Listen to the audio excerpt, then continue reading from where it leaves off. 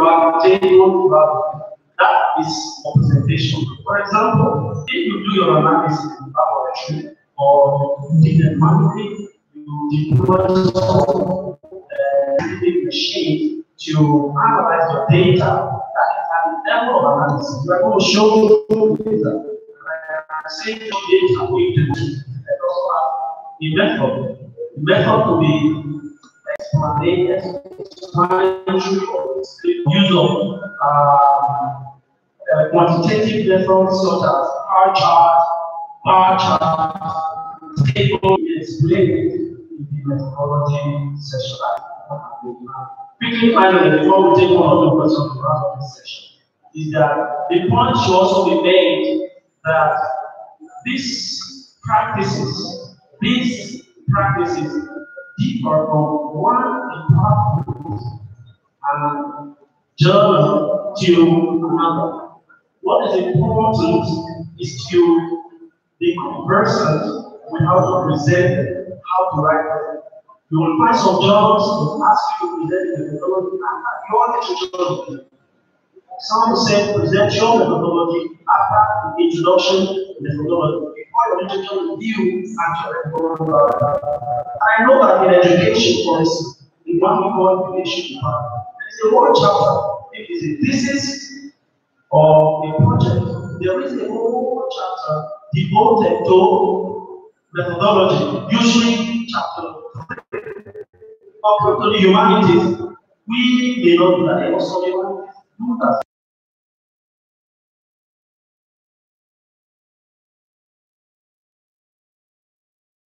You have a section for methodology and you present them successfully, giving headings, method of research design, presentation. We don't explain them. This is what I did, this is what I did, but everything will be captured.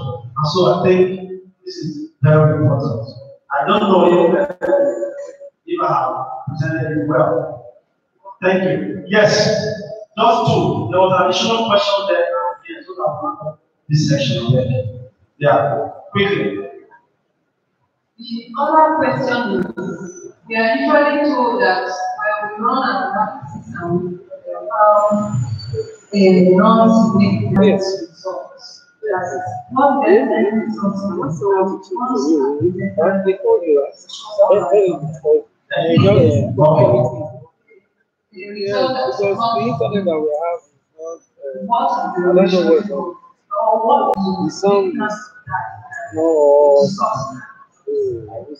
okay, please, observation. I know that somebody has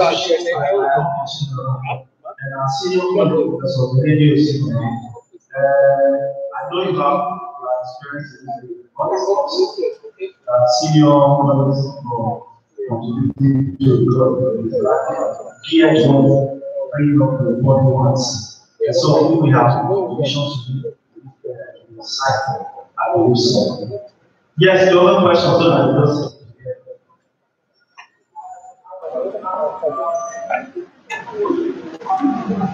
the use of passive and active. Okay.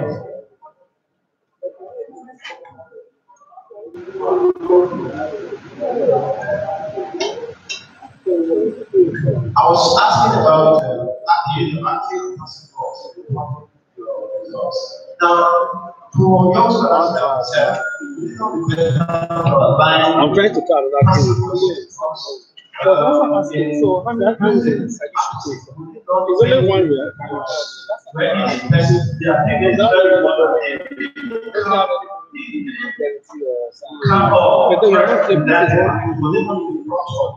The one I wanted to ask a question on the use of passive active. Something so that this is just from the everybody sees. The point is that this is like you're watching that's what you're seeing. Seems to I don't know whether you're seeing it.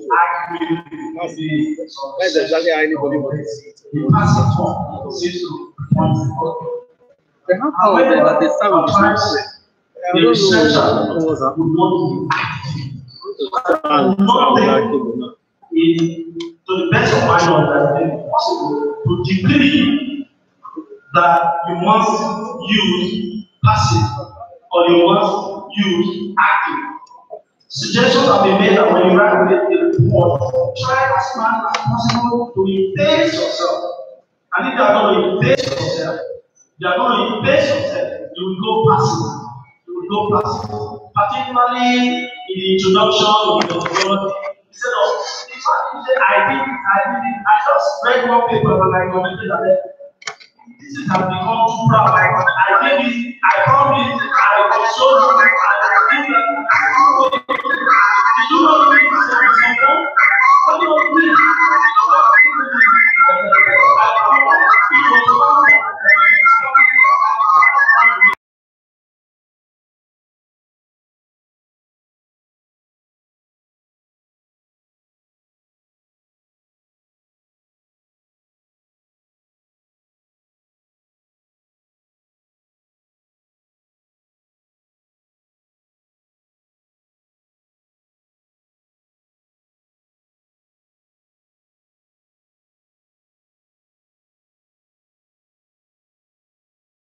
You just nailed it. I mean, that's about it.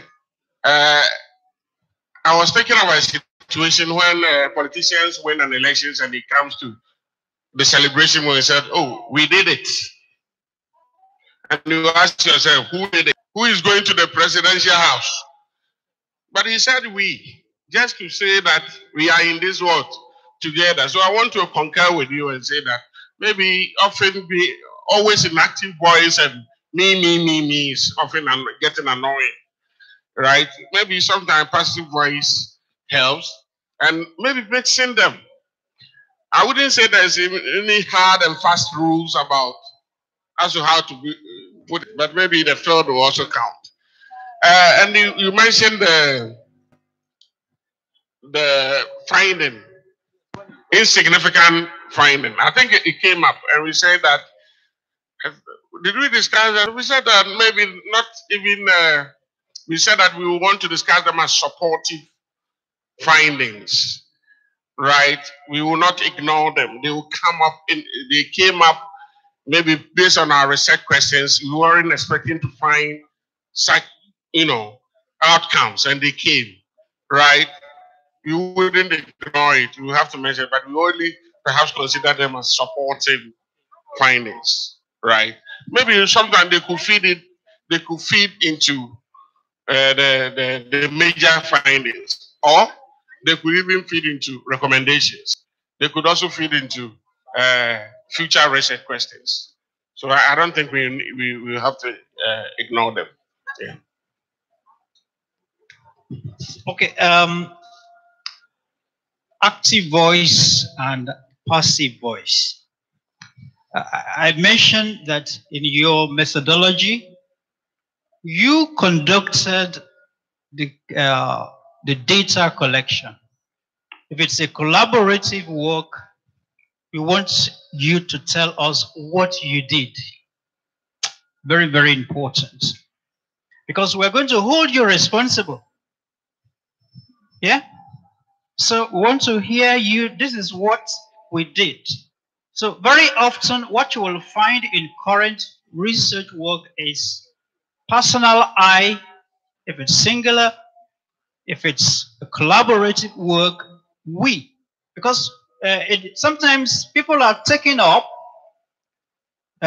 for their results report or whatever. So we want somebody that, because the language is very, very important. Data was collected, blah, blah, blah. Who collected the data? So we want I very often. You may find passive voice. That's okay. Now, with the use of active or passive, international academic culture, we want to hear you in your research paper. Who is reporting? Don't forget, research work, when you come as a budding scholar or researcher, so to say, you are going through apprenticeship, right? and you're coming to become an expert in that area, we want to hear you. We want to hear you. In publications in the US, we want to hear you. I found out this. Make your claim. Come out. I've also realized that here in Africa or Nigeria, sometimes when you report the use of I, some people say, who are you? Who are you? When we are here. But that doesn't encourage budding scholars to come on. So we want to hear you. Well, it shouldn't be I all the time. You can use the impersonal style, but where you need to make your point and create a space in that particular field, come up with it. Because worldwide, people will ask you, will consult, say, oh, there's an expert in Nigeria. There's somebody there, and then they will contact you. So the use of royal we started with the Queen of England. Whenever she addresses the public, she addresses the public not as the queen, but as the representative of the royal family. Right? So that's where we come up with the use of the royal we in academic writing. Very often, we now use the personal style. But if you are reporting the research you have conducted, you're not being arrogant. You're just being proud of your work. You should be proud of your work. So where we need to hear your voice within the paper, come up. And we want to respect you. And you are welcome to that culture. That's nice. Yeah, sorry. About this insignificant or significant. Well, I think there's a difference between insignificant finding and irrelevant finding. Tell us why you think it's insignificant to your work. Yeah. You found out whatever in your work, right? Okay. How did you come to that point where you judge that finding to be insignificant? Explain it. Right. But for the ones that are not relevant, of course, to the being straight. Thank you. Thanks so much, Dr. Mustafa. I think the summary is that it is not a taboo to use the passive. That's what I get from the presentation. It is not a taboo to use the passive, but you must be very, maybe careful or cautious in using them. Can we put it that way? Can we put it that way, sir? That it's not a taboo. It's not a taboo to use the passive or the active, but that we have to be cautious in using them. Is that the point? So we are going to round off here. I don't know if Professor Simati Associate or Professor Benedio has any contribution, particularly in the area of methodology. Please, it's important. Thank you. That will be the last presentation for this session. Thank you. Well, I listened very closely to the discussions on methodology. And I would say that the presenters did do a lot of justice to that paper. But I'll begin by addressing the question on insignificant findings. What does it mean to say that a finding is significant?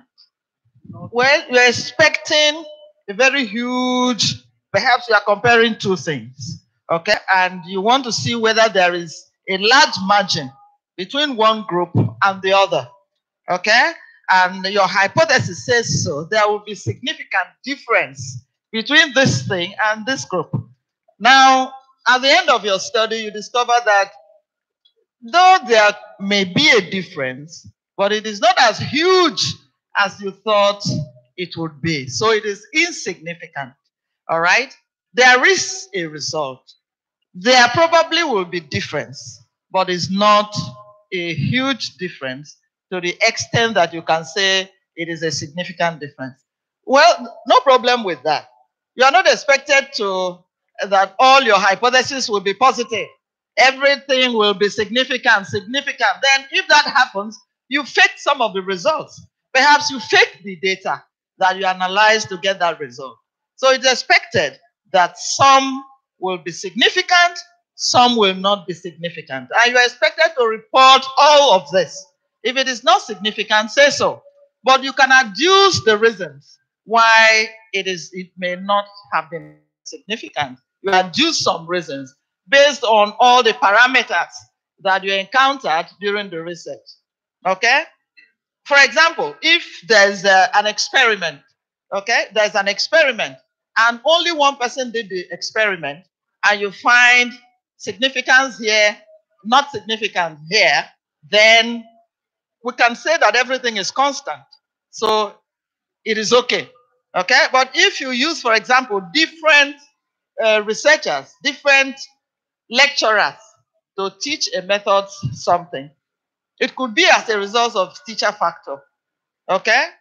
One teacher may have been very good with this method and not very good with the other method, and so on. There are reasons for finding some things result insignificant, but it is not a taboo. It is actually a good thing to find that there are some that are okay, significant, agrees with you, your postulations, and there are some that don't agree with your postulations. Okay? It is a good thing in research. And of course, it can lead to further research. Okay? People can look at it again. Is there something that you didn't do that you ought to have done?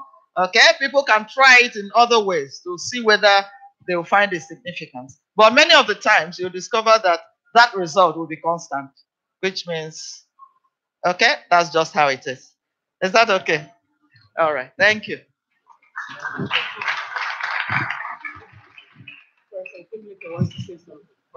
Okay. Before I call on Professor Ukemleke to contribute, you know the presenters have become many now. We have major and supporting presenters now, including me. So you will clap for all of us now. That clap is too small. Now, clap for Dr. Mustafa and Dr. Mafo. Some people are sleeping, they are not clapping. I can see someone sleeping. I will come and call you to clap. If anyone is sleeping around you, please touch him or her, please. Madam, I will call you up to clap. I have turned my face from you. Professor Okemleke, please, your contribution. Give him a hand clap. I'm sorry I escaped from there because of the cold. So I've been hiding at that corner. Yeah, I think the professors have given excellent responses to all the questions. But I just want to take a little bit further what Professor Mustafa said about, I think it was about the use of we. Of course, if you do research, two of you use we. But for students who are venturing into this area of research, there is all what we call interaction in research. Interaction. It was the last part of my presentation, which unfortunately we didn't have, where you will then use inclusive pronouns we to engage the reader in what you are trying to discuss. As we can see, somewhere you say, as we can see, even if you are the lone researcher, you can say, as you can see on the basis of this analysis, you are trying to engage the person who is reading your work, who read their work. So it's a whole area of research, interaction in text. So you need to be engaging with the reader as you move on, okay? So I think it's a wonderful discussion. Thank you so much. Please clap for him, please. He didn't say as, they didn't say you should put as they can see. This, after all, pronouns can be used. They, we, them, as them can see, as they can see. It's only we and I we are talking about now that is important. Let's clap for ourselves, please. My job is done. I want to go back to my seat. Thank you, ma'am. Thank you so much, Bode. I think he's actually a co-presenter. For doing such a wonderful job. Today we have had two very incisive presentations. One from Germany and Cameroon, all meeting in Nigeria, in Benson, Idahosa University today. The second one from Lagos State University, there in Lagos, and Ghana, again meeting in Benson, Idahosa University. Beautiful afternoon. Can we clap for this? This is indeed an international conference. and it is facilitated by the Center for Language Research and English Proficiency under the leadership of Dr. Permit us to call you Alex, Professor Daniel. Dr. Alex Esimaje. Just like you said about Professor Uche, I think when I grow up, I want to be like you.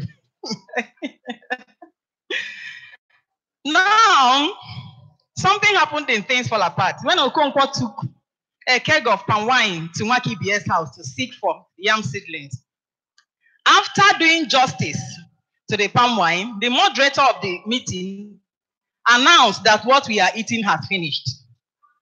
As the moderator of today's program, I make the same announcement. What we are eating has finished. And therefore, I invite Professor Uche Benedio.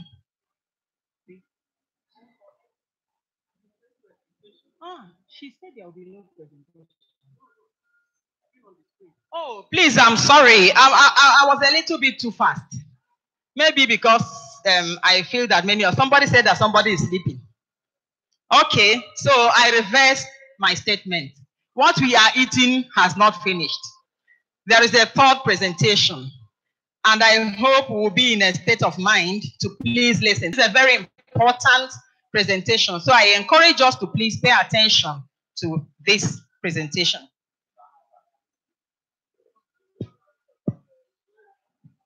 Do. All right, sorry she doesn't have the paper containing the names of the presenters. So the third presentation has been on the screen, looking at you and you looking at it. Now we have this presentation by Dr. Dunlop Ocheng from Tanzania, Dar es Salaam. That's Dr. Ocheng. And then also the second presenter, the co-presenter is Dr. Steve Ikundayo. And they'll be presenting on this topic, tackling and tracking reviews or revisions and the technical details of a paper, of a journal article.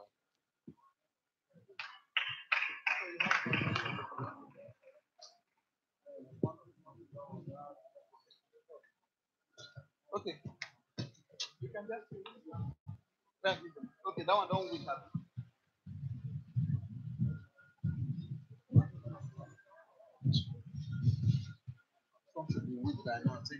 Okay.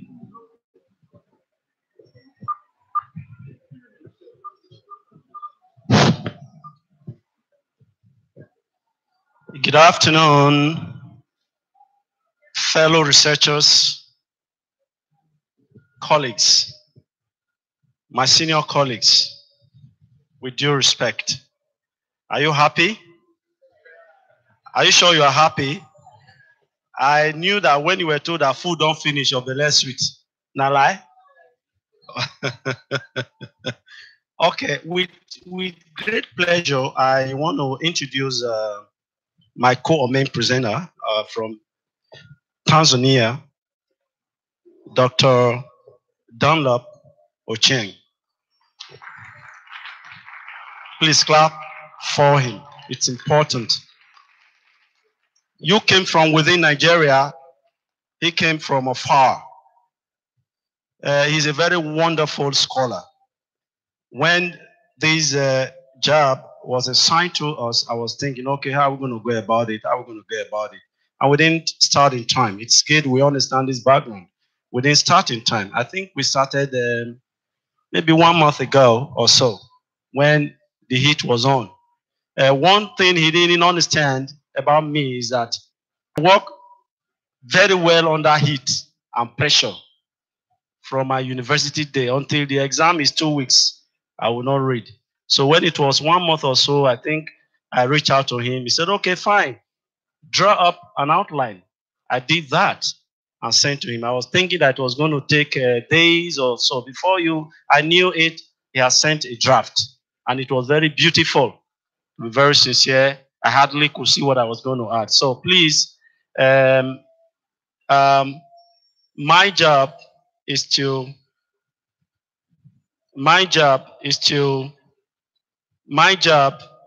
therefore introduce the topic, and introduce, my job is to introduce the topic and also very well introduce my co-presenter. It's important, and I was just doing that before the proper profile was handed over to me. So I'm just going to quickly read it to you. Okay?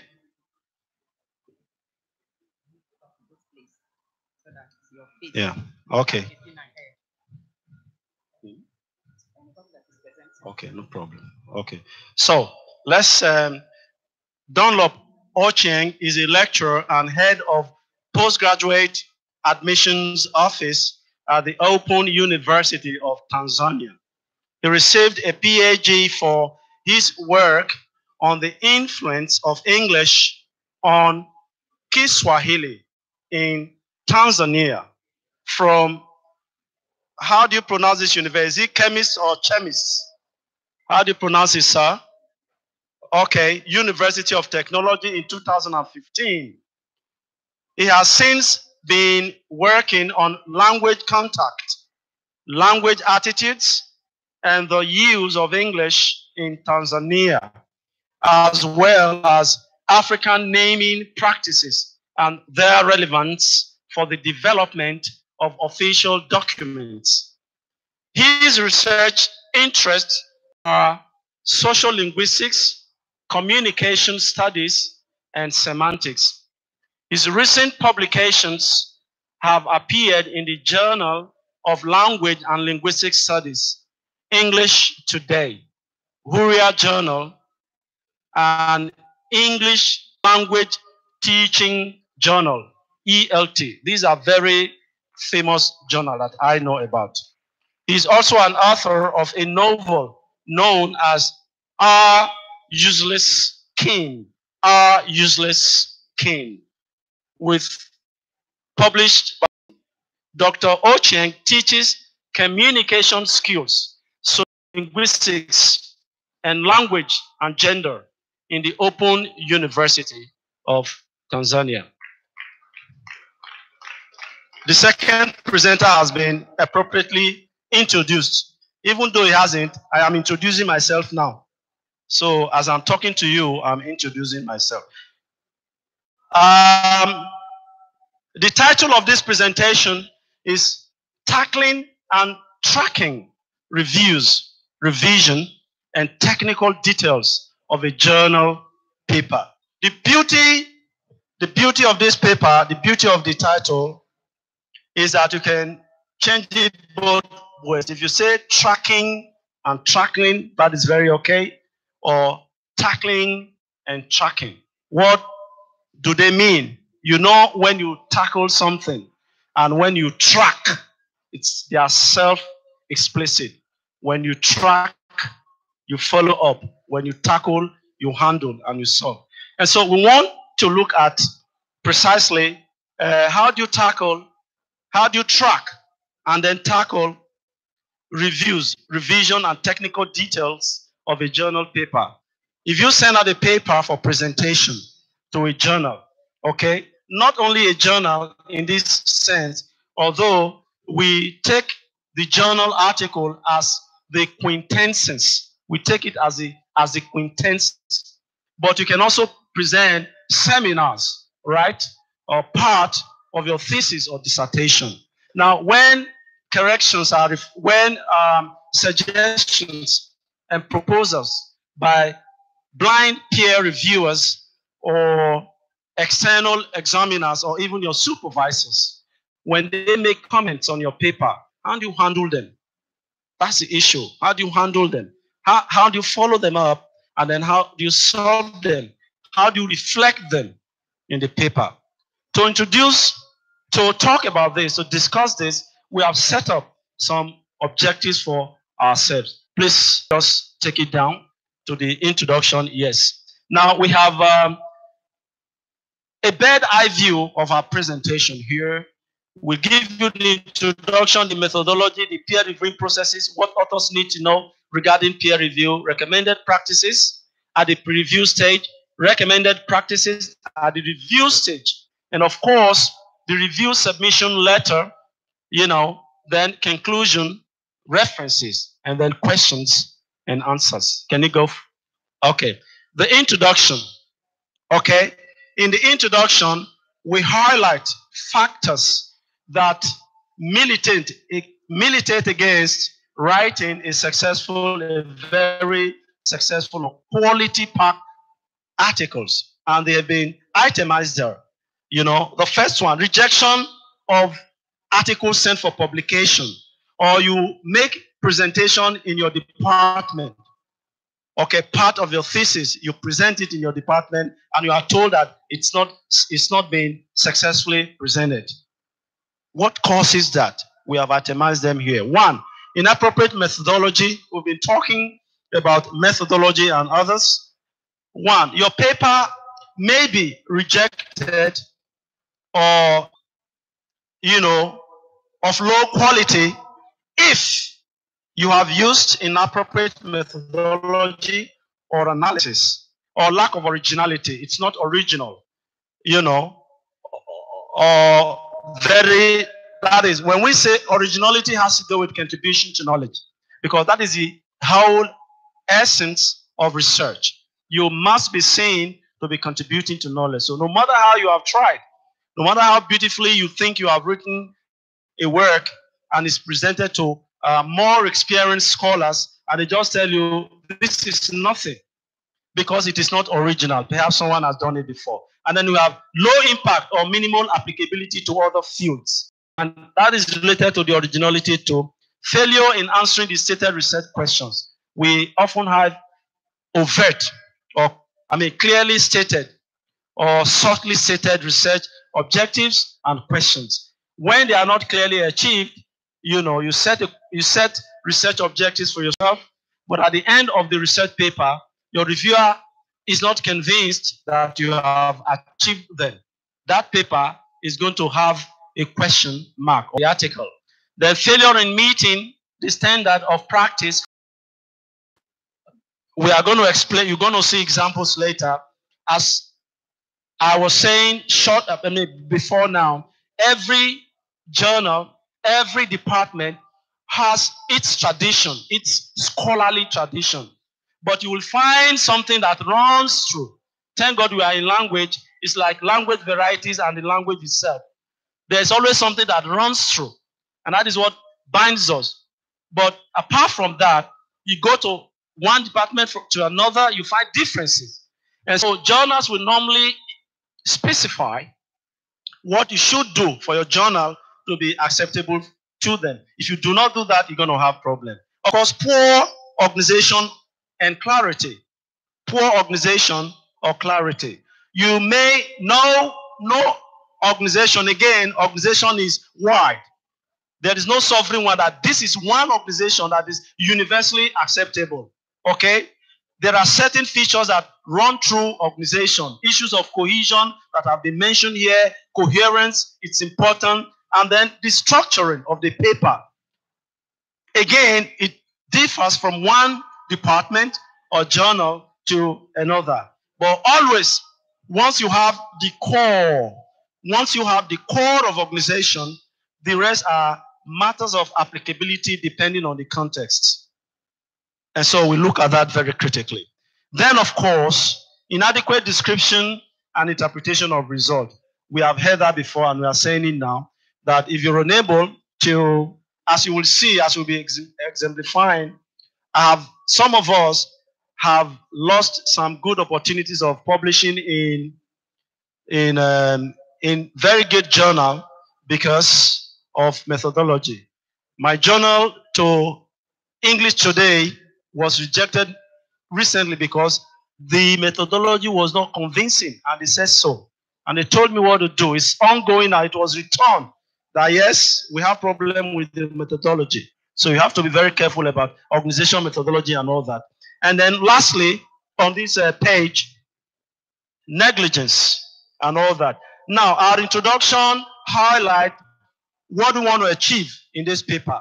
We're also using this paper to teach or illustrate how to compose an article for publication.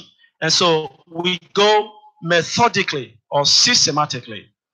Introduction, we set out clear objectives. We are talking about objectives. achieving your objectives, which are usually set in the beginning, our objectives are as follows. 1, we hope that you will finally be able, these objectives are for us and for you, that you will finally be able to, 1, at the end of this paper, you will be able to define and explain peer review and identify its dynamics and substages. 2, you'll be able to review, proofread, and edit your words and fine-tune them. 3, you will be able to present. I would like you to replace know there with present. You'll be able to present or argue the importance or relevance of a cover letter and write it appropriately. And of course, these are the issues. And now we go to our scope. We believe that this is also the format of a guide article. You go to your scope. What is our scope here? We tell you the scope, writing a paper, the scope of what we want to do here, tracking, involves analysis, reorganizing, correcting, and in fact, perspiring, which means sweating. But we only focus on, you see, we're delimiting our scope now on peer review stage, processes before submission and after submission. Please, next one. Properly respond to and rationalize reviewers' comments on your paper. That is, at the end of this paper, you should be able to do this easily or with some degree of competence or mastery. And then, of course, please go back. There's one more there that we should take before methodology. Go back a step. Yeah.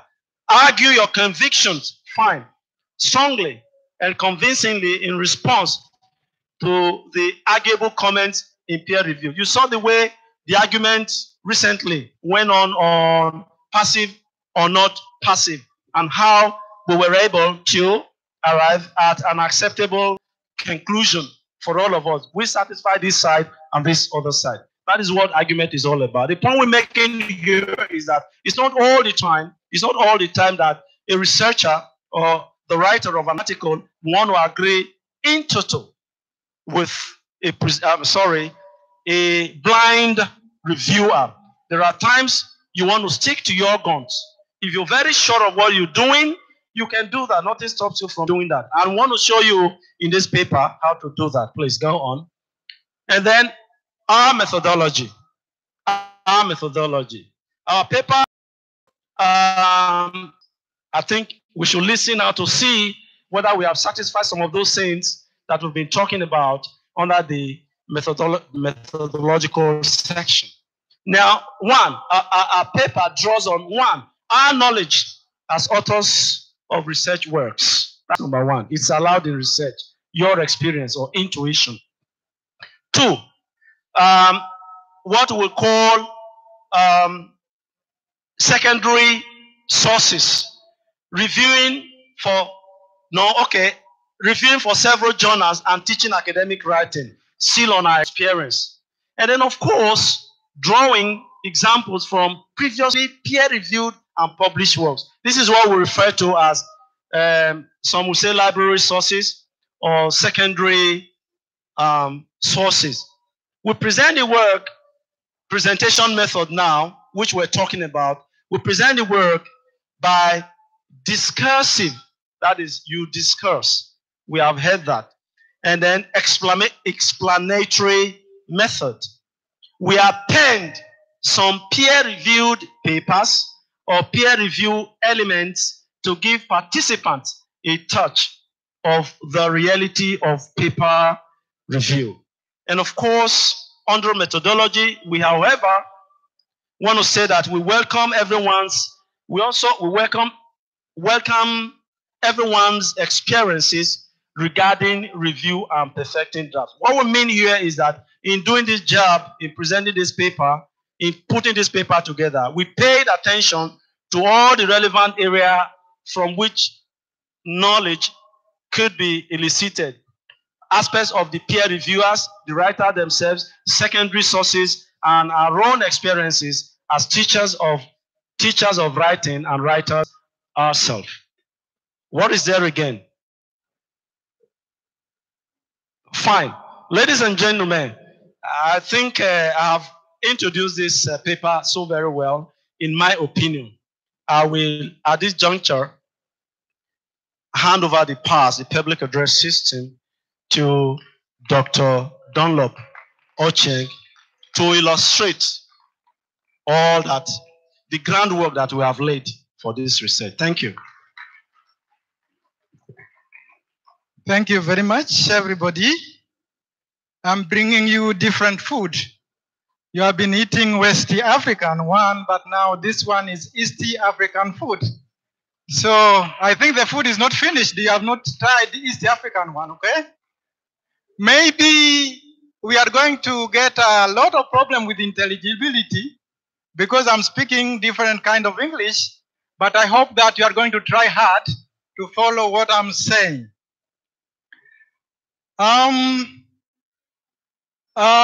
This presentation would be done tomorrow. So I was thinking that maybe I would rehearse it at today's night, but it has just come that I have to do it now. So I've died earlier than I thought I would die. So I'm going to try not to bore you, but I'm going to make one request, please. I know that we have been sitting here from the morning up to now, and maybe our backs are aching. Would you please, everybody, stand up and stretch?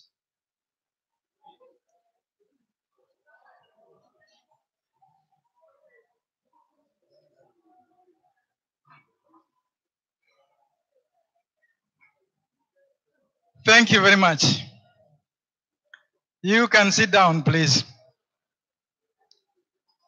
So I'm going to go very quickly. A peer review process is the evaluation of the work by a person with similar knowledge or similar competence.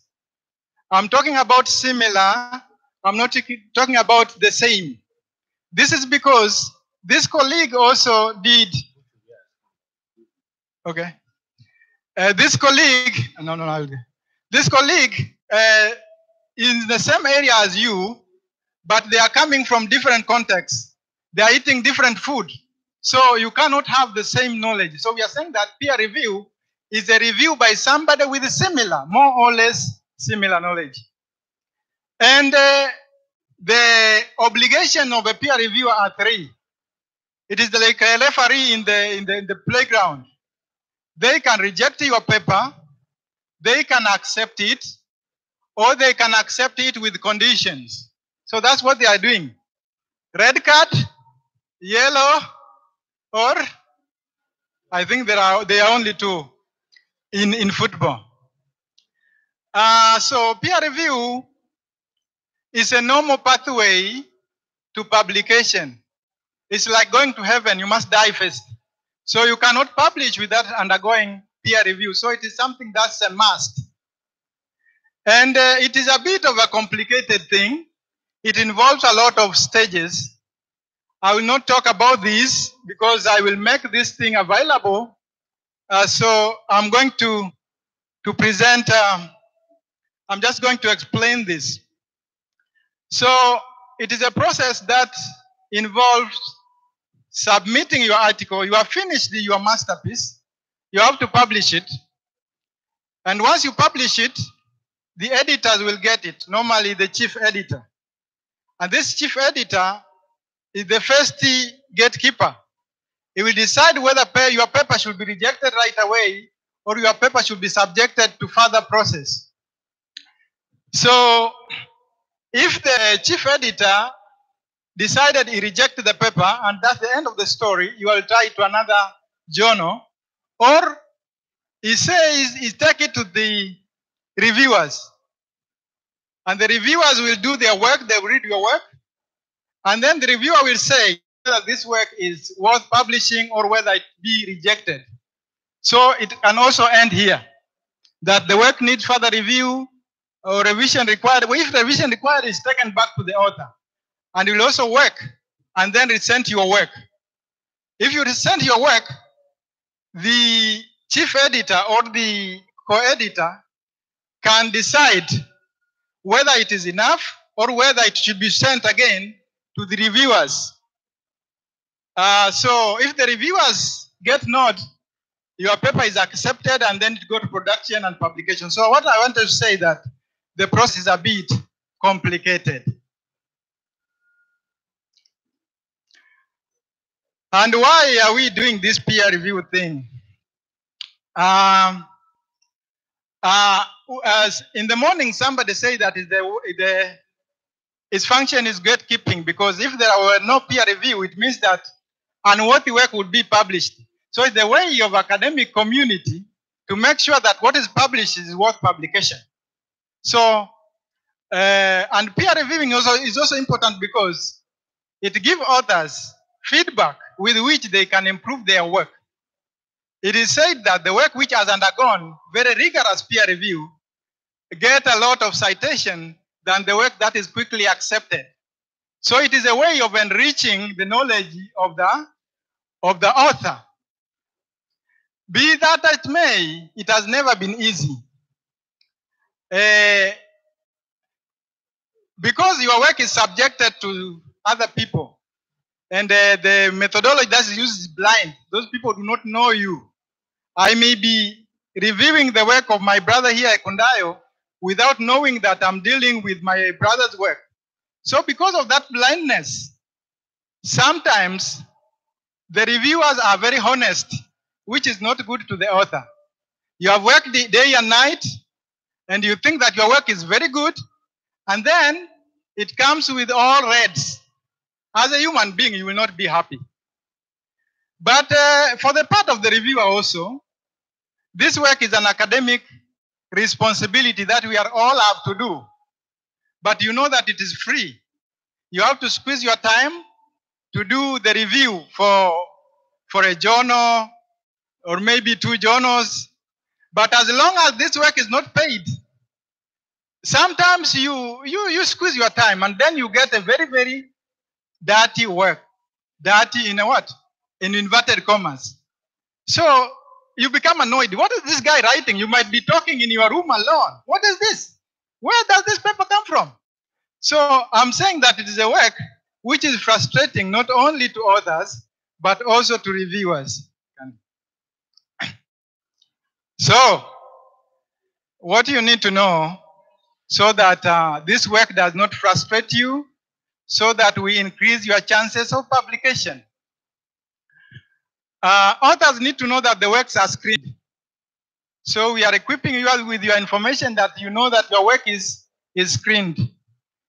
Once you send your work to the journal, they will make sure that it is original. So they will check for the originality of the work. They will see if the paper is complete. They will see if you have abided by the guidelines of the journal. They will see whether you have analyzed your data in a sound manner, whether your conclusions follow the premises that you set, follow the hypothesis that you set, whether you are comprehensible, and whether your paper is very interesting. So when you are going for this thing, you must make sure that these checklists are abided by. What has happened here? Okay.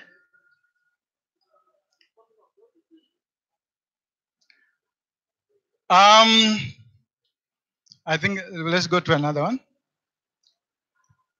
So as we know this, before you send your paper to the publication, make sure that you do some of the things. So that is called the pre-peer review. Pre-peer review is a process that you do before you send your paper out. So make sure that you yourself, Professor Nkemleke said that lie it what? Hallow. What? Fallow. Lie it fallow. It's like you farm the land and then you give it time to settle. So lie it fallow. After lying fallow, come back to it. to make sure that those terrible things that you can catch yourself are caught. The other principle is that try to share your work with your colleagues. And in the morning, we found the weaknesses of sharing your work with a colleague. They will not be very honest with you. They might say that they are trying to be diplomatic, that your work is not that very bad, but try it. Because they will be able to tell you something. They cannot tell you directly, but they can tell you directly. Whenever you are told at this stage, take it very seriously because it is going to improve your work. Try to do some editing yourself. And here we are going to make a distinction between editing and proofreading. The distinction is not very clear, but it's just a question of degree. In editing, you have to work very much. In proofreading, you have to be relaxed a little bit. I'm an editor myself. So if somebody brings your work to you, you are asking, is it for proofreading or is it for editing? If he says that it is for editing, it means that you should work very hard. So these are some of the things that you shall try to do yourself. Try to check the punctuation marks. People ignore this, but it's very important. It is what shows whether you are a scholar who is serious or not. Punctuation marks, especially the comma, is a bit problematic. Try to correct the numbering of the tables. If you take your work and you cannot even number your tables sequentially, it depicts the picture that you are not a serious scholar. So it is a very small thing, but it's going to disparage your work. Check correctness of page numbers. You know page numbers are very tricky, okay? If you have done section chapters, you can find that you have a flow of the numbers, then at some point it starts with 1. So check that. If it is a thesis, for example, it's very tricky. Ensure that headings and subsections are logical. You know that there is a hierarchical order of the headings. There is heading 1, they should be at one level, heading 2, etc., etc. Okay, can we go to another? So in editing, you have, as I've said, in editing, you have to do a lot more. It involves reorganizing parts of your work. It involves deleting some of the sections or merging some of the sections, or maybe cutting down wordiness in your work. So you must make sure that you do this so that your work is good enough to please the editors. Okay, can we go to? So the good news is that we are living in the world of science and technology. And there are some software out there that can at least ease your life. So one of the principles that you should do that before you take your paper to the journal, run what is called the spelling checkers and grammar checkers. It is right there on your word. I've tried to this is a window, I think window 110, 210. You go to the section of the review, and then you come to spelling and grammar checker, you run. And it will catch some of the things like mistakes in spellings, unusual word, or maybe spacing. It will catch all of this. So at least it's going to catch some of the terrible mistakes that would go to the editor. But don't only use the software which is on your computer. There are some of the spelling checkers and grammar checkers that are online, which can enhance your work. So the stage 1, you run it on the spell checkers that is on your computer, but you go to another stage more by running your work on the online spell checkers and grammar checkers. And we have a number of them. One is called the grammar checker. You can Google it. Sorry. There is what is called the spell checker. These are companies, okay? There is what is called the plus, and there is what is called the Grammarly spell checker. So I recommend this Grammarly one because It has improved my work as an editor a lot. This is an extraordinary spell checker because it does not only check the grammar, but it can also suggest. It can suggest the alternatives that you have done it this way, but maybe if you tried this, it will be much better. So you are a judge. You have to take what it is saying, what is recommending, or to reject what is recommending. But I think it is recommending good things. And it also tells you overuse. Sometimes every minute, therefore. So it tells you, hey, guy, you are a man of therefore. Every time, therefore. So try to diverse your expressions. So this one Grammarly will tell you. And you can use this Grammarly online. You can just write a Google Grammarly or Google it, but I think I've given a website. Can you go back there? So if you open it, it will look like this, okay? If you want to use it online, there are two ways to use it. You can use it online or you can download it into your computer. So I'm talking using it online. So if you open it, it will look like this. And then you upload your file. You click here. After clicking here, it will tell you to which folder do you want to go. You have folders in your computer. Then you say that the work that I want to run spell checker, it is in the desktop. Then you choose the desktop. And then you command upload. And then you upload your work. The software then works on it. You have to click here, check your text. And if your text is checked, it will appear something like this. It will tell you that here you have used the medium, but can you say a medium or the medium? So you need some knowledge at the background. So it tells you, hey, something is not right here. So if it is right, then you say reject everything. But if you think that you have certain information, then you can use it. But it will also tell you, for example, you are saying,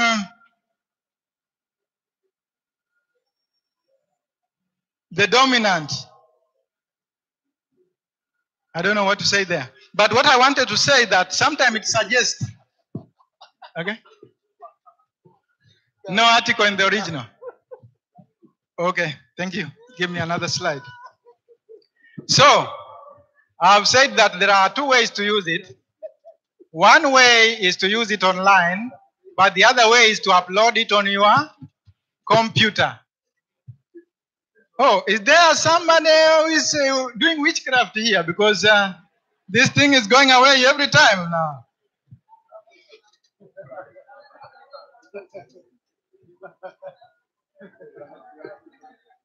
Yeah. At this juncture, I wanted to tell you the stages of uploading this great tool on your computer. Maybe I go forward and then I'll come back to it later, because it is something that is visual, will do much better than just explanation.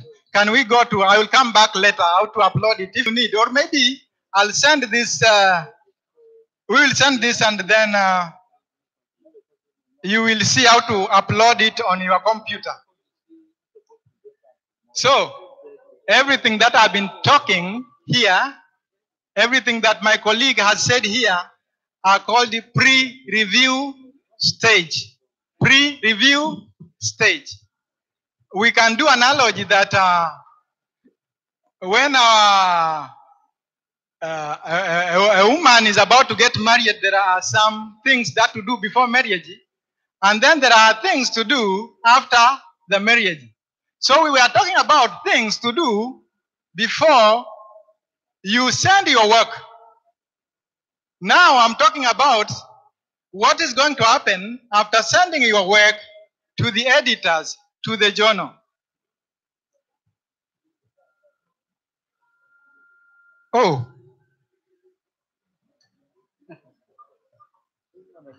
Maybe I've rushed a little bit.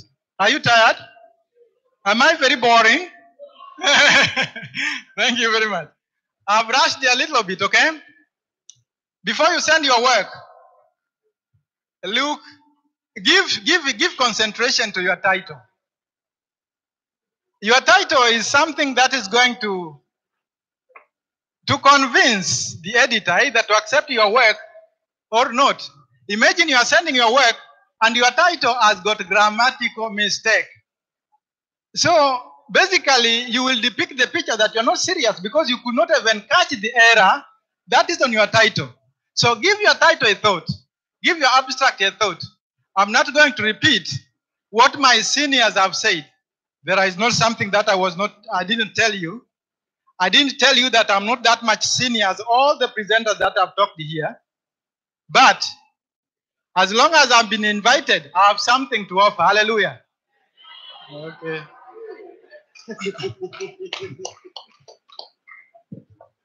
So I'm not going to repeat about the abstract and the title thing. Much has been said about it. Then there is this work of choosing a journal to publish in. It is as hard as choosing a husband, okay? You find this one has got a very nice face, but very stingy. This one is very rich and very giving, but have got very big eyes that are like repulsing. But at some point, you have to make consensus that I'm going to take this. So even the journals, there are so many journals out there. Oh, it has come. I thought that I have a freedom. No. So you find that there are so many journals. They have different requirements. They are dealing with different topics. They want different styles. They want reference formats. So which one are you choosing? And the problem of choosing a wrong journal is that your work is going to be outright rejected. How comes that in a ceremony, you come with a caterpillar? I don't know whether you come with a caterpillar, okay? A caterpillar is for us. How do you go to the ceremony with a caterpillar? So don't choose a wrong journal. Your work is going to be rejected right away. And it is a waste of time. Sometimes some of the journal will stay with your work for 1 year and then they will tell you that it is rejected. Why? Because this journal does not deal with your discipline. So make sure that you do your homework before you even choose a journal. And sometimes they can accept it, but because the journal is irrelevant to your field, you will miss some of the audience that you targeted because they know that what we want is not supposed to be in this section. It's like going to the library. You go to the library and then if the literature book is in the history section, then you are not going to get it because you do not expect literature book in the history section, okay? And then you should also consider your university, okay? There are some university with a lot of conditions. We want a journal which has a high impact journal. We don't want a journal that's come from Africa. We don't want journal that comes this and this, and they have conditions. So it means that as an academician, if you publish your work inside that journal, it is a waste of time, waste of resources. Because at the end, your university is going to say that you are not using this as a basis either for your promotion or for your recognition. And also you must consider the rate of accessibility. The rate of accessibility. There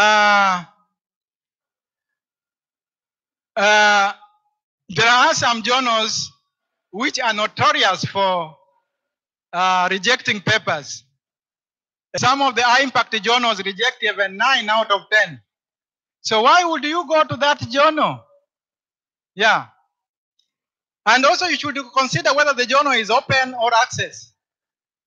Open are those journals that you can just download your paper at will. And they mean wide readership because everybody can access your paper. But the problem is that they are not high impact sometimes. Okay? You publish in those high impact journals and your paper is good, but nobody is accessing it. Especially we who do not have visas or credit card, okay? You know, when you want to buy a journal, you need a credit card, but we don't have credit cards in Africa. So you publish your work in a closed journal and nobody accesses it. So it is a waste of time. Can we go to another slide? To select an appropriate journal, you have to read the introduction letter, homepage. You need to know that this journal is dealing with what I'm doing. It helps you to know the scope, target, and research area. And another way is asking colleagues, hey, Ekundayo, you have published 30 papers. Where are you publishing? Then if he's a good man, he will tell you, I'm publishing there. It's very easy, I'm publishing there. But if he's wicked, not you, this is an example. If he's wicked, he will not tell you. But there is another way to do it. Google Kundayo, then you will know where he published his work. So at the first time, he said that he does not want to tell you. But if you Google Kundayo, you will know where he publishes the work. And because he's a colleague, if he does, why can't I? Okay? And checking the journal that you have published your references. As you are preparing your paper, you will read. And then you will determine that the papers that I'm reading the most are coming from ELT. So you know that this journal is on the same subject. From your reference list, if 3 papers are coming from one journal, then you know that the journal is interested with what I'm doing. You can also send an email to ask them, hey, I've written a paper, you English Today, would you be interested? It is about this. You send them the abstract. And then they'll say whether to invite your paper or to reject it at that stage. There are what are called the predatory journals. You should be wary of them, and you will know them by their deeds. Okay? Jesus told the people, the disciples, that you will know them by what? By their deeds. These are the journals that beg you for your papers. And they are praising you a lot unnecessarily. They are saying that you are a very big scholars ever. We have read your work somewhere and it is very, very standard. So be wary of those because they are predatory journals. And also make sure that you do not submit your journal to 3 papers at once. You can do that when you are courting. When you want to get married, you should have 3 people, 3 men, okay? If this one diverts, you take this. Do it very trickily. I'm not advising you this. I'm just saying, okay? So don't do this in publication, one by one, okay? Submit it. It's not allowed. It's not ethical. Other people do it, but it's not ethical. Submit your paper. If it stays for 1 year, then it must be rejected when you take it to another journal. Can we go further?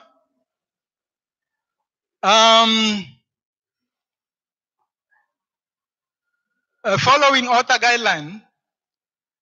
Author guideline is the journal communication to you that we want these requirements to accept your paper. And you know, after working very hard, reorganizing, rethinking, many people are tired at this stage. So they think that maybe they will not mind about my reference list style. Other people think that maybe at this point they will not mind about the length of my word. If you do that, you will have simplified your work for the editors to reject your work very easily without sweating. So make sure that you do this. You follow guidelines, if necessary, to the dot. And it is a lot of work. You do that for this journal and then they reject it after 3 days. And then you go to another journal and they have new setting of requirements. But what should we do? We chosen to be scholars. We did not choose to be farmers. We should do what scholarship needs. Okay, let's go.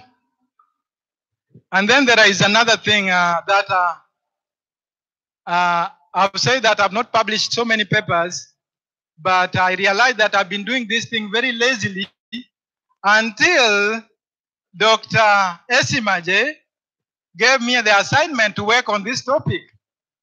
What I learned is that we have to put much effort in writing a letter that is accompanying your paper. You know what I've been doing? I've been just saying that, oh, dear editor, kindly find my letter in the attachment, my paper in the attachment and consider it for publication. No, I've just learned that you have to do a lot of work here. This letter must be shorter and clearer. And it must begin with the name of the article, and it must say the rationale of your research and its major findings. And you must also project yourself as a published author. You must say that, oh, indirectly, you must tell them that I'm not coming to publish with you for the first time. I've published here and there and here. And if there are journals that you are publishing are very big, they will say, oh, this is serious, man. So say this. Say what you have published somewhere. Because you are doing courtship here. Okay? Yeah, you are attracting. State why it will interest the audience. State why it is interesting. And when you can mention people who have provided feedback, you can say Professor Schmidt has read it and say that it's a very good paper. So lobby your way here. So what I'm saying that this paper, this letter must be written with a lot of concentration. If you are tired, please don't send your paper with a lazy kind of submission letter. Lay it, Daniel, help me. Lay it what? Lay it hollow, and then when the day that you have strength, you write that letter to accompany your paper. Are you listening to what I'm saying, or am I speaking English of the East African? Are you following? Okay. Can we go?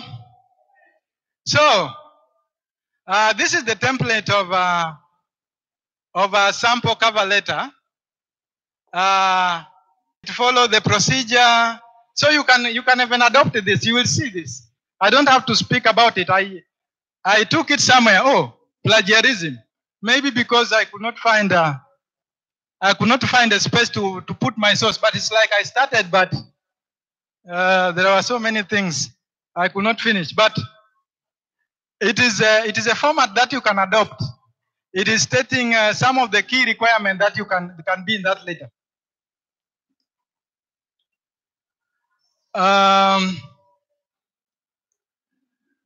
What is that? What I've said that now we at a review stage. We were at pre-review stage, and now we are at review stage. Some journals, I don't know that. Go to another. What I wanted to say that peer review is very fair, okay? Because these people are blind. They are very honest. So sometimes they will tell things that you don't like. They will say things that you don't like, okay? They'll be very honest with you because they don't know you. Maybe you are a professor. This guy is a doctor or is a master, but he does not know that he's dealing with the work of the professor. So you will say that the professor, or no, whatever you are, the reference list is not written perfect. And then you will say that I've been published for years. How comes that this guy is telling me? So sometimes you can be annoyed.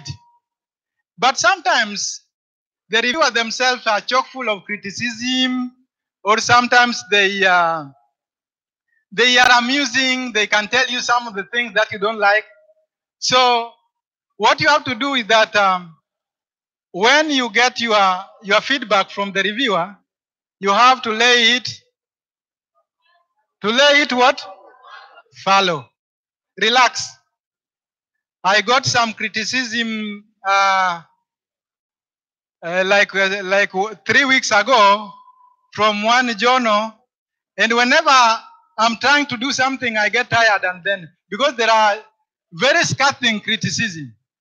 But if you lay it hollow, then you will make sense of them as the time passes, okay? So one condition is that when you get the feedback from the reviewers, please take your time, give it some moment so that you can think, so that you can organize yourself before you go back to them. And it's recommended that you work from a simple comments to complex one. Don't start with complex. Try to do the simple one before you go to the complex one. And try to identify the major concerns of the reviewer. Is the problem on the methodology? Is the problem on the result? Is the problem on the statement of the problem? If you know where there are a lot of criticism, then you will concentrate on that.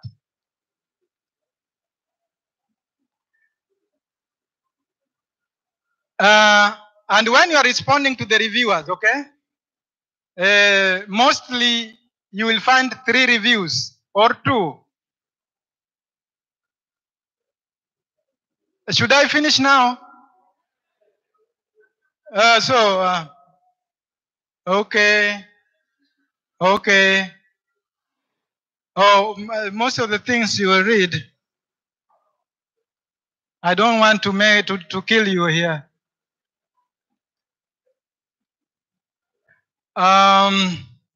Sometimes you send your paper and it has been there for 1 year and there is no feedback. You are advised to write inquiry letter, and we have presented you with the format of making an inquiry. You have to be very polite and very positive. You will see it here. Okay, can we go to another slide because I want to finish. When you are taking your paper back after the review, make sure that you take 2 documents. One document is the reviewed paper, and the other document is another letter. The letter of convincing, this letter should convince editors that you have worked. You have followed what they have said. And the rule is, even if you do not agree with them, make it that you agree with them. Even if you did not understand them, pretend that you understood them. Hallelujah. Okay. So we present with you sample of the comment and how you can maneuver them. If we had time, we would read between lines, but we don't have. Can you? Oh, so now I've talked so much and you are not very kind enough to give me water. I'm going to pass it on to my colleague, Dr. Kundayo, to do conclusion and to take questions. Thank you very much, Dr. Dunlop Ochen. Thank you so much for that humor-packed presentation. By and large, we have arrived at the conclusion. And our conclusion, you see the gamut of what we have examined. There's no need reading them to you. But I just want to conclude by sharing my personal experiences as a scholar. I call myself a boarding scholar because it never ends. You just keep learning and learning and learning. And according to Socrates, if you live for 1,000 years, all you will have succeeded in doing is only reducing the vast field of your ignorance. So the first experience is the very first paper I published, and I thought it was one great paper. And I fell a victim of what Dr. Ochen calls predatory journal. So I opened my computer and I just started lecturing then, and I hadn't published anything. I'd been writing books and I want to publish an article. And of course, there was this message I saw in my email, oh, this is a journal, this will publish you quickly and all that. And I fell a victim. I fired one article of mine to it. 3 days later, the review came back. Your article is so very good. You are an expert in this field.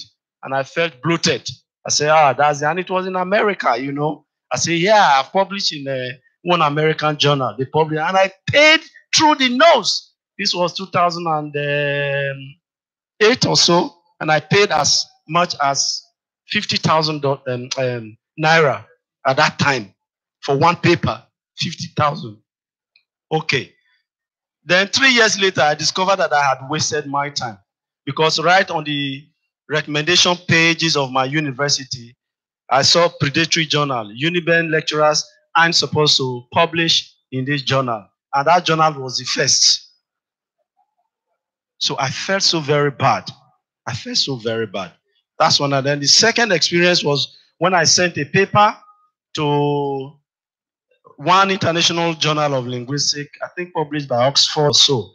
I felt so little when the reviews came back to me. For 3 days, I was more than 3 days. I think I organized for more than 3 months.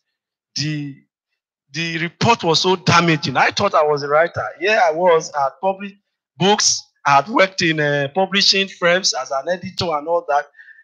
The thing was that your paper, we have gone past this level of research. Your methodology is outdated.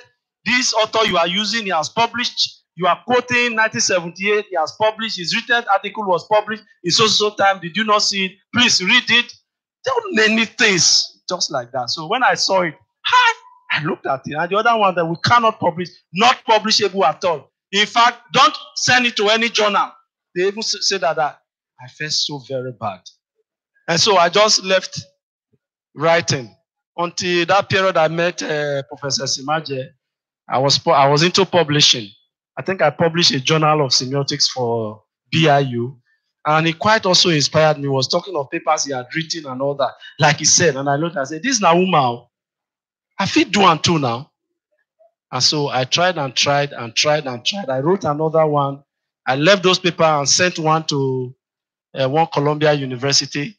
And the same thing happened. But this one now says, however, if you can respond to all this within a given time, we will consider it again. We will reconsider. So I attended to it. And I published that paper. Well, the point I also want to make is that good journals can also write you. Not only predatory journals, but you have to differentiate. Predatory journal one, they rush reviews, then you will pay exorbitantly, they will beg you for it, and they will not edit your work. But if it's a good journal, can send you an article. Once I published that Columbia University-based article, it was a vistas of opportunity, and it took me 7 months to get it published, and I didn't pay a dime for it. I didn't pay a dime for that. They sent me 3 copies, and I have published twice in that paper. And so after that, it's like the way got opened for me. I don't know who is going to have these experiences. We should be very careful about it. And lastly, I learned from my own paper, this one, just as he learned from it, especially that aspect of the accompanying letter. There is a journal in America, it's a very popular journal called English Journal. Maybe some of us know about it. It's been being published for close to 100 years or more now. English Journal and Word. So I sent an article to where the likes of Chomsky, Halliday published. I sent the journal to it, and it's like they didn't even read it. They just bounced it back. That so they used a word. Was it preliminary review that this journal cannot publish? Or I said, okay, wait till make me go there. I won't become Halliday, Abi. So I left it. When I read this letter, I remember that when they asked me to write an accompanying letter, they said at least, they said maximum 300 words. And I asked myself, what the person won't write for 300 words for letter? Nobody to just say, attach is. And so that was what I did. I said, attach is my article. Please consider it. I went back to that paper very recently now. I'm talking of just now. I reviewed it, corrected, and went back, uploaded it, and wrote as I took time to write. This is what I did. This is what we find. It has contributed to knowledge. The editor just wrote me now that at the editorial board, they have taken a decision that it is fit, not accepted, though, that it is fit to pass to reviewers. And so they will now pass it to reviewers. And that it is the reviewers that will determine whether my paper will be accepted or not. For me, that is an achievement. Ladies and gentlemen, thank you very much for listening to us. I leave you with this quotation. According to Karl Marx, there is no royal road to science. Research is tedious. Only those who can endure its slippery and hard climb can achieve the luminous height. Thank you. I thought you should have done better than that. I really enjoyed this session. It's actually loaded with humor. Thank you very much, sir. And if this is how you live in Tanzania, then we will want to visit the place. At least we can smile. But I want to say that witchcraft in Nigeria, we are free when it comes to issues like witchcraft. We only read about them in books. We don't experience them. So you're free here. Because there are no witches in Nigeria. Am I correct? Am I correct? Please, let's clap for us. Let's clap for Nigeria. Thank you very much. I'm also very, very touched that you are so honest, so open to tell us the kind of knocks that academics receive in trying to write.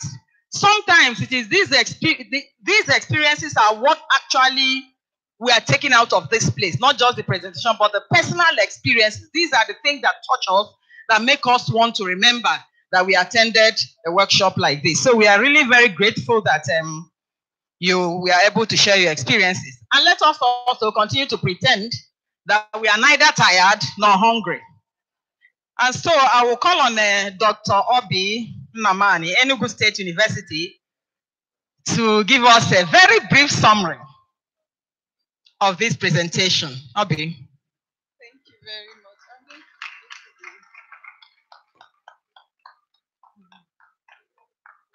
This is a very difficult assignment because everybody's tired, including yours sincerely.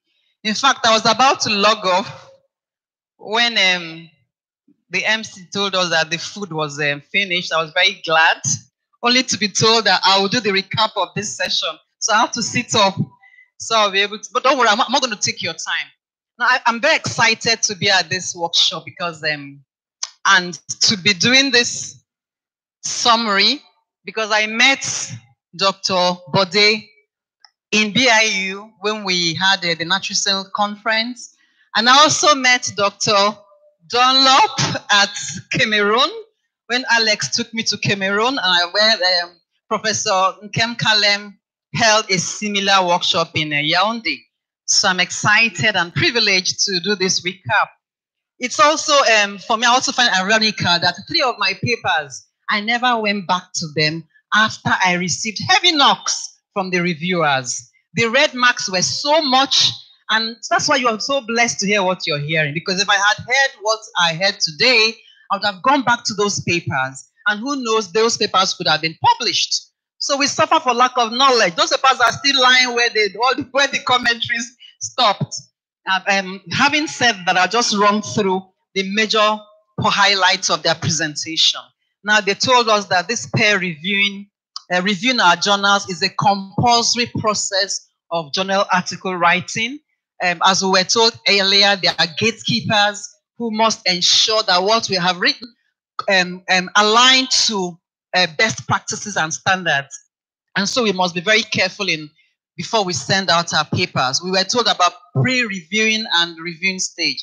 The first stage where we need to ensure that our work has quality before we send them out, and that we need to check our commas, numbering, page numbers. You know, when you are doing your PhD, you know, sometimes you're so confused that your headings are wrong. You write a Roman figure 1, 2, 4, you skip 3. So these little slips we need to check before we send them out. And thankfully, because of technology, there are softwares that help to do the job. And he recommended Grammarly. And that's also a reminder for those of us who are not technology compliant. I remember when we went to Yaoundé, I didn't come with my modem. And Alex was like, "You mean you didn't come with a modem? You came to a conference, you didn't come with a modem?" And I was like, "What am I doing with a modem?" So from what they told us, for us to have our laptops, to have all those softwares that will help us in our writing our article, it means that we also need to improve the quality of our technology, you know, knowing how to use these softwares. They also told us that we need to be careful in choosing our journals.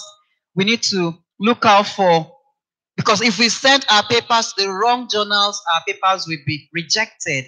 In checking for journals, we should look at what our university is looking for. We should also look at accessibility. Some journals are not accessible because you must pay for subscription before you have access to such journals. And Such journals may not even, your audience, those you want to read your articles, may not read them if you publish in impact factor journals. So it's better to publish articles where those we want to read them would have access to them. And then another way to choose a journal is to find out where our colleagues published. And we can find that out from Google. We can Google our colleagues and find out where they publish. We advise to avoid or be careful of predatory journals that beg us and praise us and don't edit our journals. And then finally, I'm just hearing for the first time that you have to send a cover letter when you're sending out your journals. And in that cover letter, we have to argue, we have to convince the editor why our papers are eligible for publication. And in our cover letter, we should mention the experts who have read our articles. And that way, it makes our work, it makes our argument stronger. It was also emphasized in many presentations that we must leave our papers to live follow. We must leave our papers. But in Nigeria, there's a rush culture. And so we rush, and we never get published in reputable journals. So I think one thing we're taking away from here is that in the writing stage, we need to leave our papers to live follow. And even when our papers have been reviewed and sent to us, in fact, I won't even look at it. When we're in a good mood, on a good day, we go and read the papers. And then in correcting, we should start from the lighter ones, the easier corrections before we go to the difficult ones. And finally, we'll be made to know that journal article writing is a difficult job. It's difficult, and we need to be hardworking to get our papers published. Thank you very much. Thank you so much, Obi. You knew what you did when you said we should call her. It wasn't as if she wasn't prepared. So thank you so much. Straight to the point and very good. Now, I don't know if we have some questions, comments, and to handle this session, let me call Dr. Alex Estimaja. Thank you. All right. Thank you very much. I'd like to thank Dunlop and Bode for making this very interesting presentation, quite rich. It's a bit unfortunate that it came at a time when people are getting tired, but we were forced to bring it in today. It should have been for tomorrow. It's a very intricate, very complex part of publishing. Very, very. It's complex for the author. It's complex for the reviewer. It's very complex for the editor. There are cases where some people just give up, even on the process of editing, say, this work is too bad. I don't know what to do with it. I don't know what to make of it. And there are cases where the author just gets very angry, as Bode himself said, and even abandons the paper or goes as far as saying that the reviewer is mad. How could he? And all that. But that is the advantage of having double peer review or double blind review. Now, if two people say the same thing about you, about your paper, and they don't know you, common sense should tell you to sit down, think it through, go back to the paper, and then it will begin to make sense to you. I'd like to ask, first of all, the team from ECOMA, those from Ambrose Ali University, do you have any question? They want to leave, but I asked them to wait. In case they have any question, we'll take their questions first. If you're from Ambrose Ali University and you have a question on this presentation, we would like to give you priority. Can you ask your questions now? But if you don't, oh, you are from there? Good. So let's take your question. Please give her the mic. Good afternoon, everybody. Olumese FO from Ambrose Ali University, of the Faculty of Law. I actually came here feeling stupid, but at the end I discovered I wasn't stupid. Why? Because the discussion on researches actually was, generally based. And I think I was able to tap some knowledge from the general method of writing. And at the same time, you will notice I've been jumping from one of the the foreigners, talking to them, trying to see if I will have opportunity of doing any publication, because it's like this is majorly on mainly on maybe humanities, social sciences, partially, if I'm right, I don't know.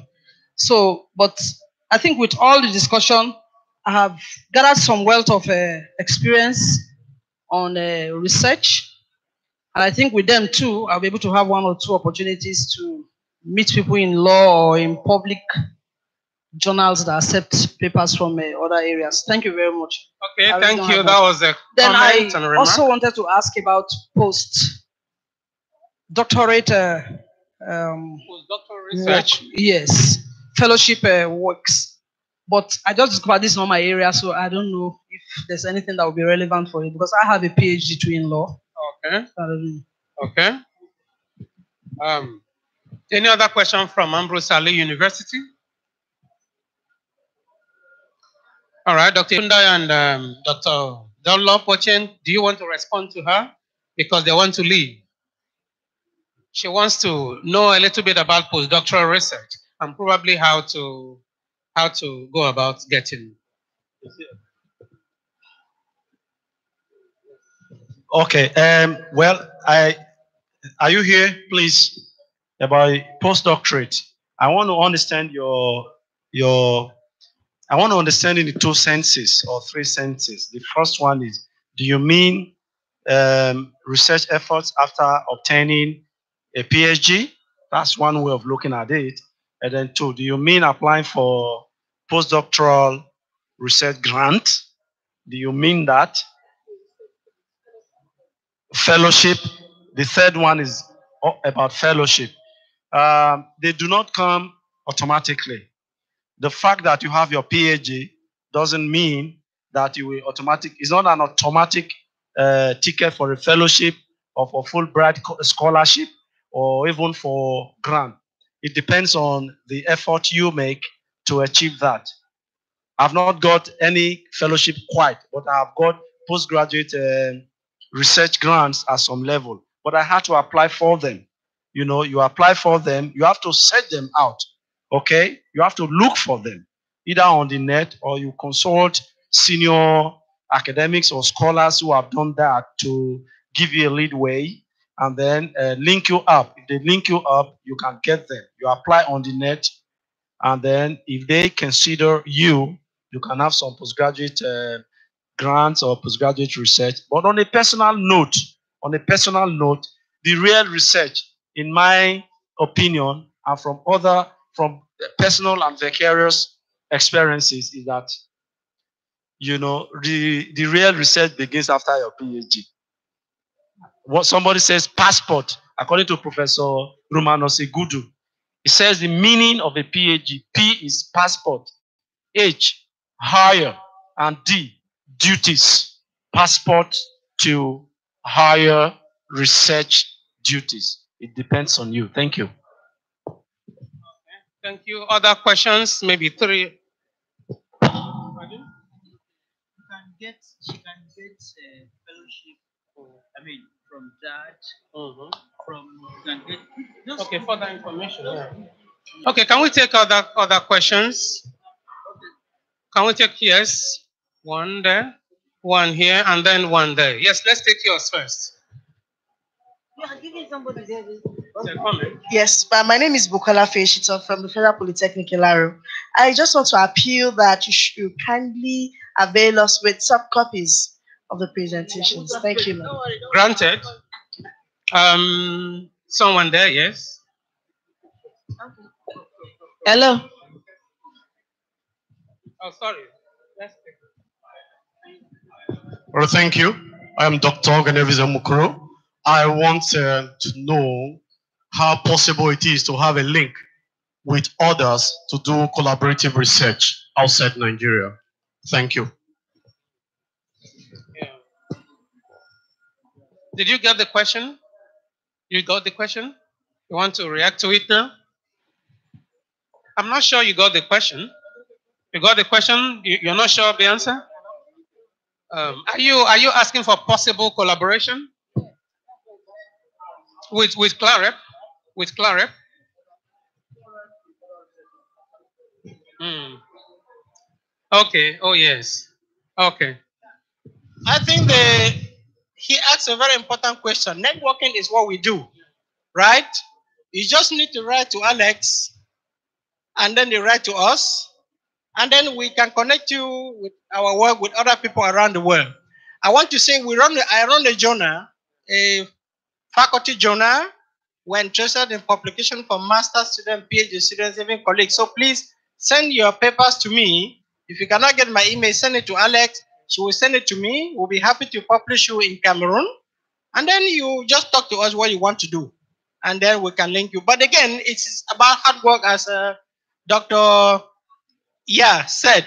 You have to be able to write a good publication, 1, 2, 3. And so we start linking you to people in abroad that this is a good candidate for this kind of thing and so on. Okay? Yeah, thank you. Okay, thank you very much, Professor Kenleke. Like he said, linking people or linking researchers from different parts of the world, whether Africa or whether Europe and Africa, South or North-South, is what we do at the center. So we can do that for you as well. And that's also what Professor Kenleke does with his center. Okay, we'll take one question there. Okay, thank you, ma. I'm Dr. Helen Jai, BIU here. Well, my own area is not humanities, it's science, but I've gained a lot. And I want to say to the man from Tanzania that the food from Tanzania is edible and good and nutritious. Thank you, sir, for that presentation. But my question is, you were talking about sending to journals and some of them will hold on to your article for a long time. Would you advise that if it is too long that one cannot wait, maybe one should write to recall that paper and send it somewhere else? Or what would you recommend? Thank you. All right. Just in 1 second. Please, nothing stops you from doing that, but the advice is that if you want to send it to another journal, keep the journal to which you sent earlier in the know. That you've waited for 1 year, no response, you want to send it, please respond. And that if they do not respond, it's also time you are sending it to another journal. Don't send to this journal and that journal at the same time. Thank you. No, what I'm saying is that you can write to that journal. I don't even wait for 1 year. If I send a journal 3 months, I write, please, what about my paper? Another 3 months, what about my paper? Let me know. Another 3 months, that's enough. And then you can do what you want to do. But let them know that you are eager. Okay, so we'll take the last question. Is yours a question? Good afternoon, everyone. Dr. Frank Alkumo from the Federal University of Tweke. I want to especially appreciate the presenters, Dr. Dunlock and Dr. Bode, for this wonderful presentation. My question is, what do you do when you discover you have sent to or you have published in a wrong journal? Do you have to republish that work? Okay. What do you do when you discover you publish your article in a wrong journal, wrong quotation marks? What do you do? Unfortunately, not. That's why you have to be careful before marrying, okay? Once you have published it, it is published. So if you republish it again, you will have plagiarized yourself or you will have recycled your work. Very funny. He said that's why you need to be careful before you get married. Because once you get married, you are married. Once it is published, it is published. Yes. You want to say? Yeah, thank you very much. My colleague from Tanzania, I think I'll need to come under your tutelage because your presentation is really wonderful, wonderful, wonderful, wonderful. Thank you very much. Next time, we will not forget to give you water and pounded yam. Okay, now nomenclature. When you prepare your paper, at that stage, it is still a manuscript or paper. It's not an article yet. That's very important. Your prepared paper is a manuscript. When it is published, it becomes an article. That's very, very important. So you have your paper, then it goes through the peer review, and then you now have the article when it is published. Now, this problem of predatory journal outfits, I think you've made it very clear that there's a difference between an outfit asking you as an expert in an area to make your contribution to a collection. So if you've written a letter that, please, we want your contribution, I think that's fine, sir. Yeah? Rather than paying, at least those journals where you have to pay before you publish, we call them vanity publication. They are not recognized. Okay? But journals where you send in your manuscripts and then it's published, right, without your pay. But take note, sir, in Africa, we don't get funding. Most journals in Africa or in Nigeria, we don't get funding. For example, some departments are so distressed that they don't have enough money to publish. So sometimes we may have to pay. Okay?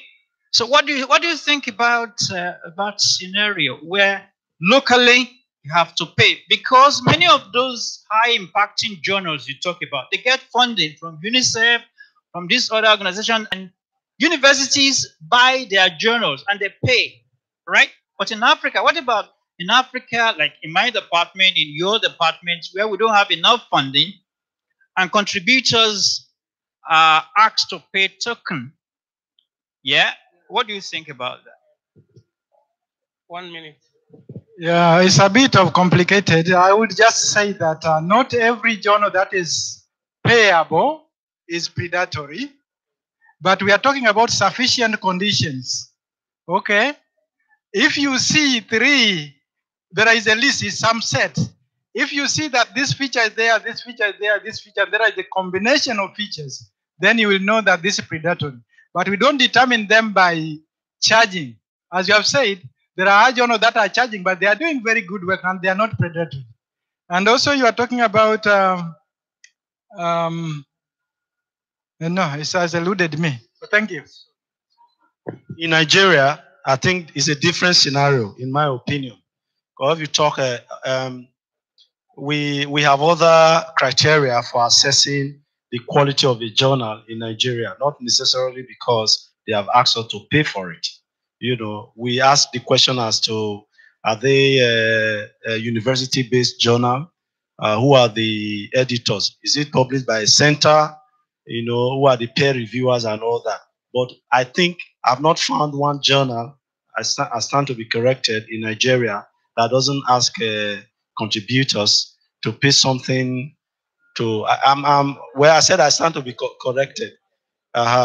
So, or let me say, most of the journals in Nigeria, which is why some scholars hardly publish in them. But here, we cannot say that if you pay for it, then it is not of quality. That's the point I want to make. Thank you. Okay, I think that's all the questions that we can take on this presentation. For those of you who remain and who will continue with us tomorrow, you can ask other questions on this presentation. Unfortunately, those who will not be with us, well, you can write the questions, email the questions to us, and we also send you an email response. At this point, I'd like to ask Professor Uche Benedio to give us closing remarks in 1 or 2 minutes.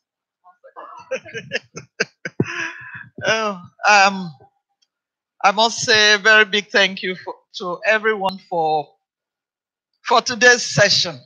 It's been a very interesting session. I enjoyed myself thoroughly. I listened to ones I consider to be positive and ones I consider not to be too positive. But that's what makes everything interesting, isn't it? When it comes from the left and from the right, and you put them together, you can centralize them to get something that everybody will take away. So I'm really happy with all the presenters. They did very well. I enjoyed the funny man from Tanzania, and I enjoyed our Fulbright scholar. I enjoyed ones from Ghana and Nigeria. Thank you very much. And those participants who came here but are not staying with us, I'm really thankful that you people were able to make it. I believe that in subsequent workshops, people will be able to come. More than the number we have this time would come. I'm sure everybody has a flyer. Those flyers, you can, ahead of time, look at the things that are presented, the courses that are presented, and begin ahead of time to book for whichever one you are interested in. So that if you are required to do a paper ahead of time, you will be able to do one, and then we'll all rub our minds to bring them to a particular standard. So I'm grateful, I'm thankful, and you're welcome. Those who are staying longer with us, you'll be able to eat pounded yam and water, like he said. You'll be able to take pounded yam. And when I come to your place, I'll take couscous. Okay, thank you very much. Why don't you clap better for her? All right, we are coming to the end of today's events. And I want to take certain announcements, very few announcements. The first one is that the workshop continues tomorrow at 9 o'clock for the strict participants at this workshop. And it's very easy to identify. So we'll continue tomorrow at 9 o'clock, and not this venue anymore, but at Choice Gate Hotel. Wherever you are staying, we will ensure that you're conveyed to the venue of the workshop for day 2. Now, because of the degree of interest that people have shown in this workshop, we are compelled to announce that the next workshop will be in September.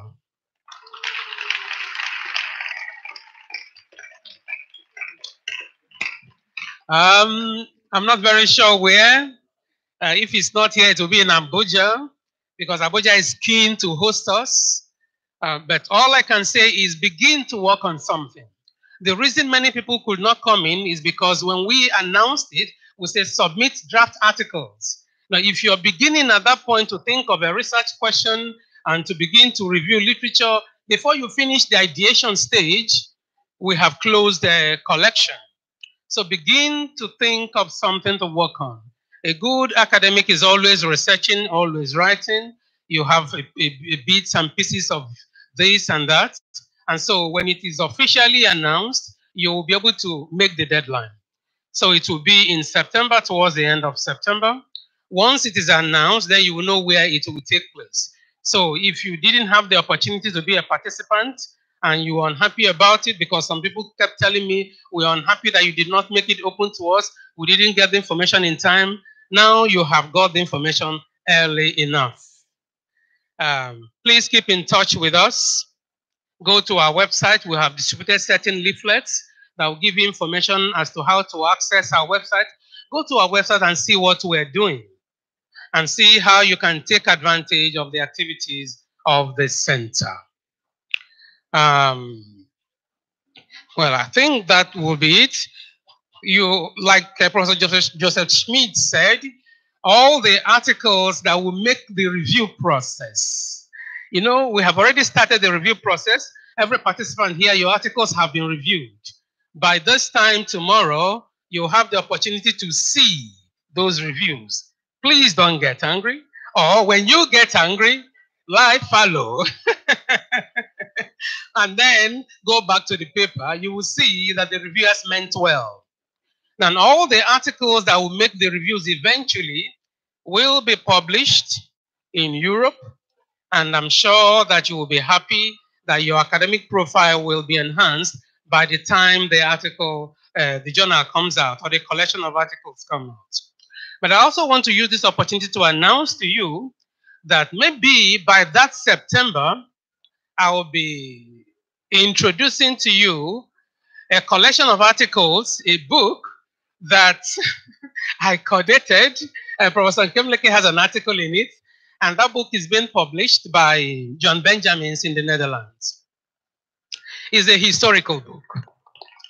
If John Benjamin accepted to publish it, it is because it is a ground that is not covered. And the title of that book is Corpus Linguistics and African Englishes. Corpus Linguistics and African Englishes. So you have research on Nigerian English. Well, I was a bit taken aback because almost all the articles on Nigerian English were written by non-Nigerians. You will see articles on Cameroonian English, you write on Cameroonian English, and you're from Cameroon. And then you have articles on Tanzanian English, different kinds of English. So that book is the first book that brings together in one volume different researches on African Englishes. And that's why John Benjamin, jumped to publish it. It has 16 chapters, yes, 16 chapters, and is a huge book. So I'm happy to say that come September, I'll have the opportunity to say that this is the book that I told you about. It's edited by me. I'm the first and the chief editor. And then Professor Goods in the University of Münster, Germany, and Professor Bassi Antia, who would have been with us here today from the University of Western Cape in South Africa. Excellent scholars. So continue to collaborate with us. Whatever need you have of research, if you continue to remain in touch with us, we'll see that this mentoring relationship that has started continues to grow, and that a time will come when you yourself will become a mentor, when you become a mature academic, and then you begin to have your own children and your own grandchildren. I want to once again say thank you for coming and for staying till the very end. I'm impressed because many people stayed till the very end. We started this with a word of prayer. This is a faith-based university. We believe that whatever enablement we have is not of us, it's not our own strength, it's not by our own power. So I'd like to call Pastor Ambrose Toyedola to come and close this workshop with a powerful word of prayer. Please clap for him. You will all agree with me that it has been educative, informative, insightful. It's loaded. Can we stand up as we conclude in prayer? He is the Alpha and He is the Omega. Heavenly Father, we thank you for this informative and educative conference. We thank you for the blessings you have brought upon us. We thank you for all that we have been able to know and to learn. Father, we thank you for those who have traveled from far and near. We thank you for giving them safe journey. And for those who will still join, Father, we pray that you bring them here safely in the name of Jesus Christ. We pray that your protective hand will be upon everyone, that no evil will befall anyone in the name of Jesus. That this time they will remember as they will go back to their various destinations, that they will go safely. It will be well with you in Benin City. It will be well with all of us in Jesus' name.